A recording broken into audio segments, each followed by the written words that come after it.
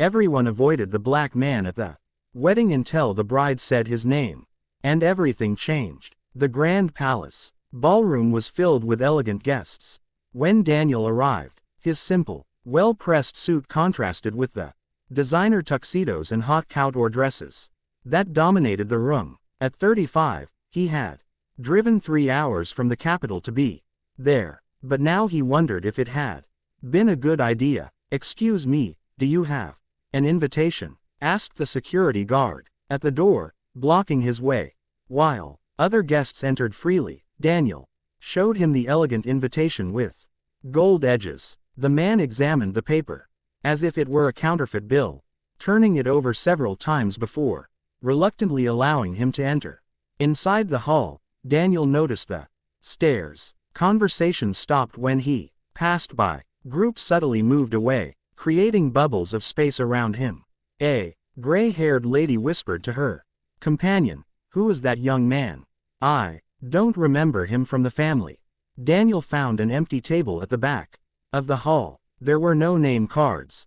But when he tried to sit down, a middle-aged woman quickly approached him. "Sorry, these seats are reserved for the groom's family," she lied blatantly, even though there was no indication of a reservation. "Sure, no problem," Daniel replied calmly, moving to another table. The same scene repeated itself 3 times. Each rejection was accompanied by curious glances and malicious whispers. He finally settled into an isolated chair near the waiter's exit where no one bothered to complain. The waiter passed him 4 times, serving champagne without offering a single glass. When Daniel finally waved for a drink, the young attendant stammered, "Oh, I need to check if we still have any available," and disappeared for 20 minutes.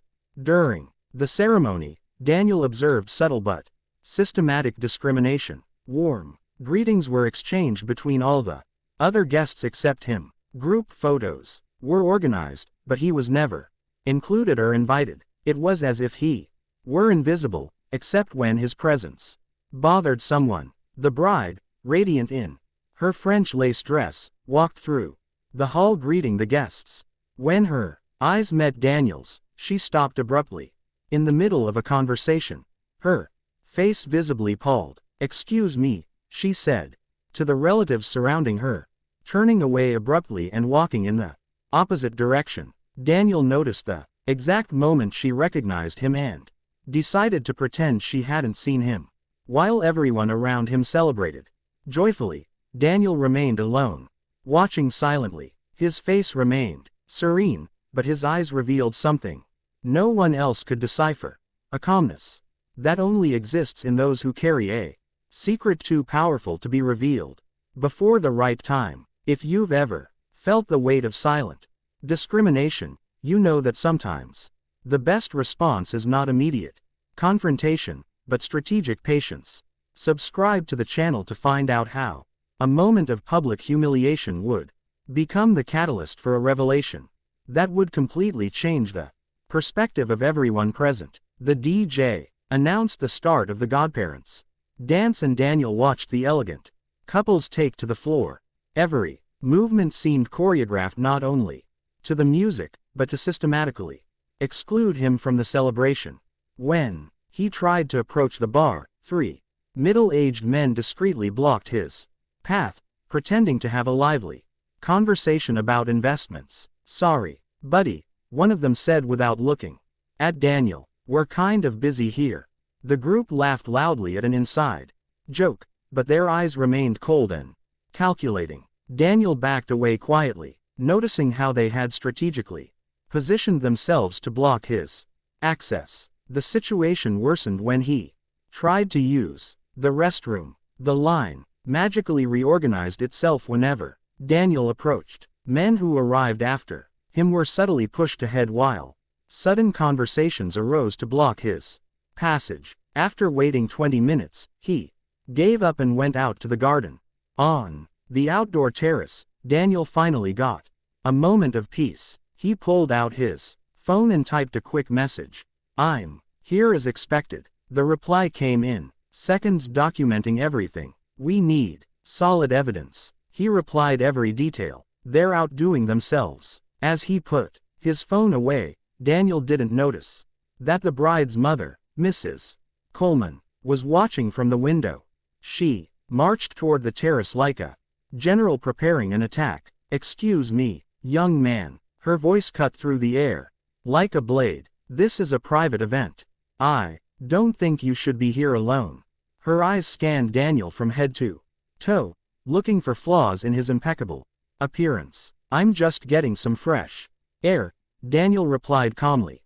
"Fresh air?" Mrs. Coleman laughed dismissively. "Listen carefully. I don't know how you got this invitation, but I suggest you disappear before my husband calls real security. We know everyone in this town, and you definitely don't belong in our circle." Daniel remained motionless, his hands relaxed at his sides. "I understand your concern. My concern." Her voice rose an octave. "My daughter is having the most important day of her life, and I won't allow it to be ruined by people like you." The final words carried a venom that needed no explanation. At that moment, other guests began to gather on the terrace. Margaret Whitfield, a local socialite known for her traditional views, approached with a fake smile. "Pros here, Gloria?" she asked, though her eyes had already catalogued Daniel as a threat. "Just clarifying a few things about invitations and social propriety," Mrs. Coleman replied. Daniel watched the group form around him. 8 people, now, all with the same expression of superiority disguised as concern. He recognized the pattern. He had seen the same formation before in other situations with other families. "You know," Margaret said, addressing Daniel with maternal condescension, "sometimes people get excited when they receive invitations to sophisticated events, but it's important to know your limits. You understand." The groom appeared on the terrace looking for his mother-in-law. Robert Coleman Jr., heir to an insurance dynasty, stopped abruptly when he saw the situation. "Mom, what's going on?" "Here, nothing much, dear. Just advising this young man on social etiquette." Robert looked at Daniel with curiosity, then discomfort. "I know you from somewhere." The silence that followed was deafening. Daniel kept his expression neutral, but his eyes met Robert's with an intensity that made the groom take a step back. "I don't think we've met," Daniel finally replied. "Are you sure? Your face looks familiar." Robert frowned, searching his memory. Mrs. Coleman quickly interrupted. "Robert, dear, you need to get back to your guests. We'll take care of this." But Daniel had already seen what he needed to see. The recognition in Robert's eyes, Mrs. Coleman's disguised panic, the way Margaret unconsciously backed away when she sensed the tension. "Of course," Daniel said softly, putting his cell phone in his pocket. "I don't want to cause any more misunderstandings." As he turned to leave, Mrs. Coleman whispered to Margaret, "I need to talk to Amanda immediately. If she invited this person, we need to know why." Daniel heard every word as he walked back into the ballroom. At 35, he had learned that people reveal more when they think they are not being watched.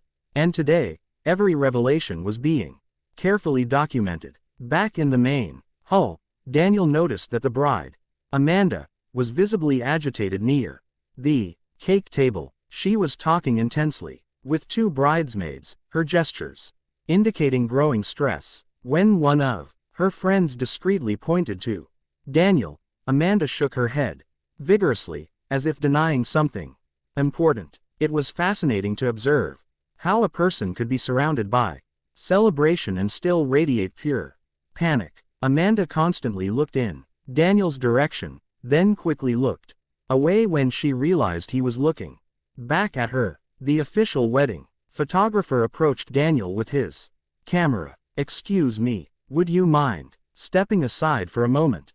I'm trying to capture the party without visual interference." "Visual interference," Daniel repeated calmly. "Well, you know, people who don't fit in with the aesthetics of the event." Daniel smiled. For the first time all day, it was not a friendly smile. Every insult, every exclusion, every moment of cruelty was being mentally catalogued. What those people didn't know was that Daniel wasn't there as a victim. He was there as a silent witness to their own natures, being revealed in real time. And all of these revelations would soon prove very useful. As he watched Amanda hide behind a pillar whenever their eyes met, Daniel realized that she wasn't just avoiding an inconvenient guest. She was avoiding facing the consequences of choices made long ago, choices that had finally come to collect their price. While Amanda hid behind the pillar, Daniel discreetly removed a small digital recorder from his pocket. His experience in legal documentation had taught him that audiovisual evidence was more powerful than any oral testimony. Every prejudiced comment, every systematic exclusion, every moment of cruelty was being recorded in high definition.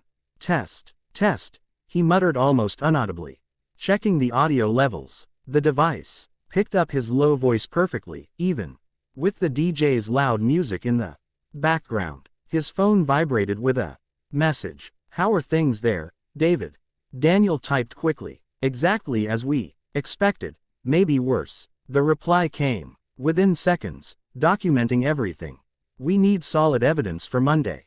Daniel smiled slightly. Every second, they're outdoing themselves. David Peterson was more than an office colleague. He was his partner at one of the largest civil rights law firms in the entire state. Together they had taken down 3 major corporations for racial discrimination in the last year. The case they had been investigating for 8 months was about to reach its climax. And this wedding was much more than a social celebration. It was a carefully planned intelligence operation. Mrs. Coleman returned to the terrace with reinforcements. This time she brought the family patriarch, Colonel Coleman, a retired veteran and well-known political figure in the region. At 72, he still radiated the military authority he had used to build a real estate empire based on traditional values and quality standards, not so subtle codes for systematic racial exclusion. "Young man," the colonel's voice cut through the air like a military command, "my wife has informed me of your inappropriate presence at our family event." Daniel stood up respectfully. "Colonel Coleman, it's an honor to meet you in person." The old military man's eyes narrowed. There was something about Daniel's posture, the way he maintained direct eye contact, that deeply disturbed him. "Honor," he repeated with disdain. "Young man, honor is earned through service, sacrifice, and contribution to society.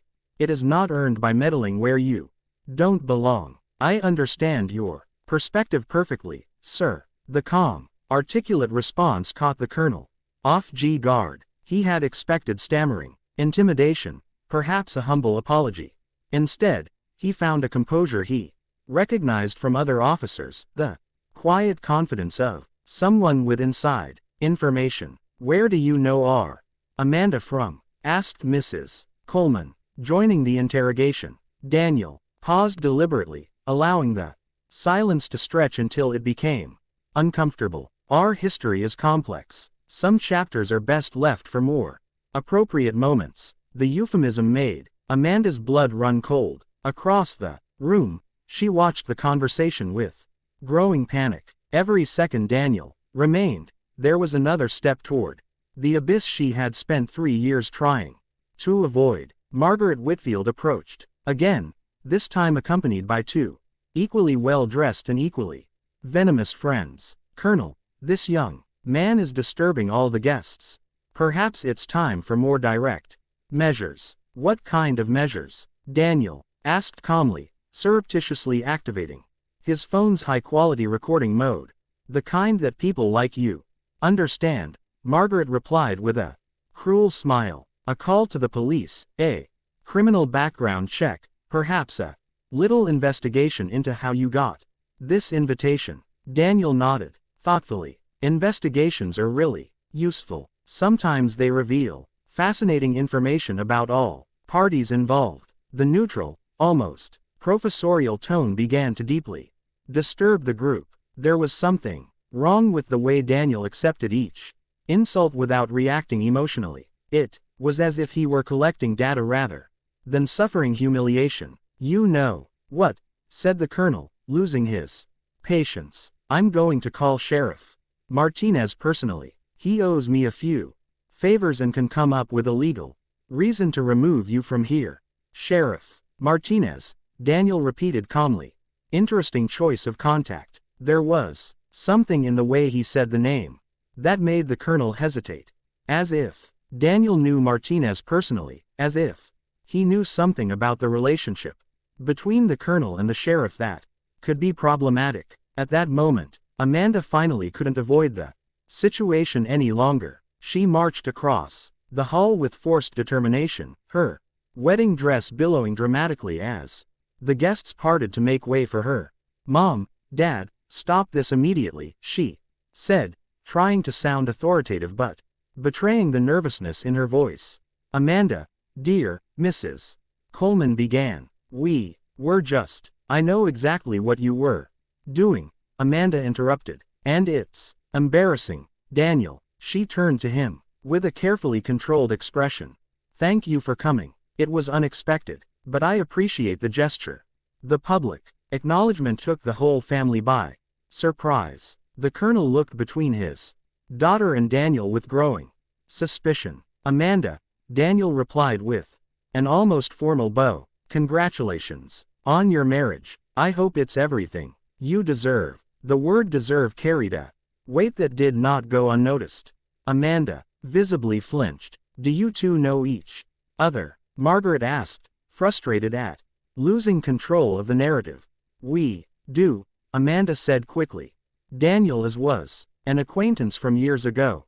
Law school, university." Lie. Daniel had never attended the same university as Amanda, and he knew she knew that. But the lie revealed her growing desperation to control the situation without revealing the real truth. "How interesting," Daniel murmured. "Your memory of our university life together is creative, almost poetic in its flexibility with the facts." The colonel noticed the immediate tension. "Amanda, if you study together, why all this confusion about your presence here?" "There's no confusion, Dad. Just miscommunication." Daniel checked his watch discreetly. 3 hours and 17 minutes of high-quality recording, systematic discrimination, veiled threats, documented lies, and now Amanda was being forced to invent contradictory stories in real time.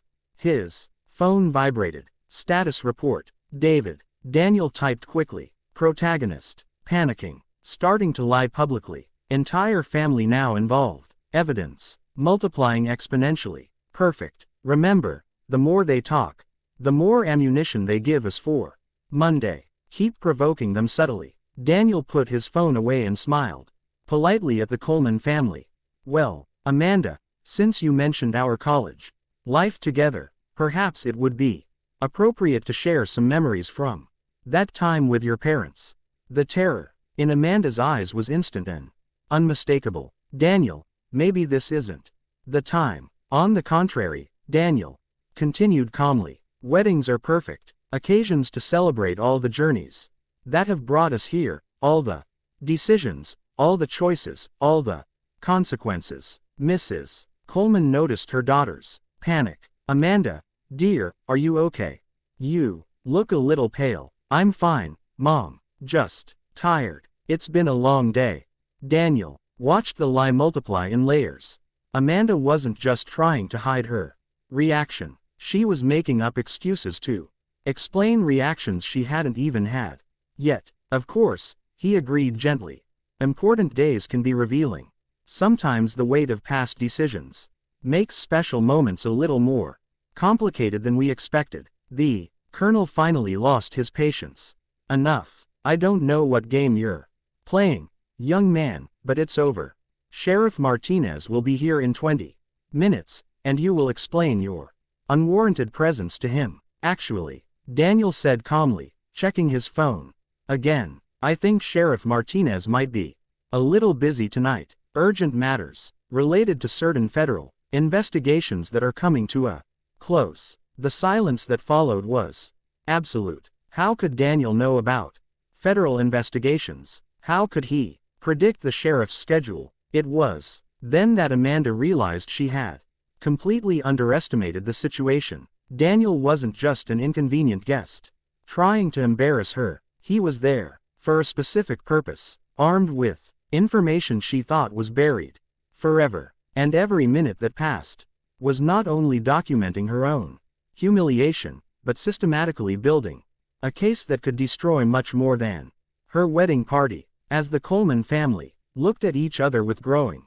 confusion, Daniel discreetly checked his digital files. 8 months of meticulous investigation, 3 years of patient planning, and now hours of real-time evidence of discrimination. On Monday, when David Peterson presented the complete case to the federal court, the word justice would take on a whole new meaning for everyone present. Daniel's phone vibrated with a message that made his eyes light up. Federal warrant approved. Operation authorized for immediate execution. FBI on the way. Daniel typed back. Perfect. All the protagonists assembled. Evidence collected. Beginning final phase. Amanda watched the exchange of messages with growing horror. Daniel, maybe we can talk privately about our situation. Our situation. Daniel calmly put his phone away. Interesting how you finally recognize that there is a situation between us, Amanda. Colonel Coleman completely lost his patience. Enough of this mysterious talk, Sheriff Martinez. He shouted to a man who had just entered the hall. Perfect. Sheriff, I need you to remove this individual from my family event. Martinez stopped midway when he saw Daniel. His face instantly palled. Sir Advocate General Washington. His voice trembled with obvious recognition and terror. Sheriff Martinez. Daniel greeted him formally. I believe you are here on business tonight. Yes, sir. The federal operation is proceeding according to your instructions. The silence that followed was deafening. Advocate General. The title echoed in the minds of everyone present like an earthquake. Amanda staggered, holding onto a chair to keep from collapsing. Federal operation. Mrs. Coleman stammered. What federal operation? Daniel finally stood up, assuming a posture that completely transformed his presence. Mrs. Coleman. Colonel Coleman. Perhaps it would be appropriate to introduce myself properly. He removed a leather wallet from his inside pocket. Daniel Washington, Advocate General of the United States Department of Justice, Civil Rights Division. The official identification passed from hand to hand. Among the guests in utter shock, Advocate General, the third highest position in the Federal Department of Justice, responsible for overseeing federal prosecutions for civil rights crimes across the country. Impossible, Margaret Field whispered. You're too young. You're black. Daniel calmly completed. Yes, I am. And I've also been responsible for all federal investigations of racial discrimination in this state for the past 3 years. Amanda finally collapsed into a chair. Her wedding dress scattered arrow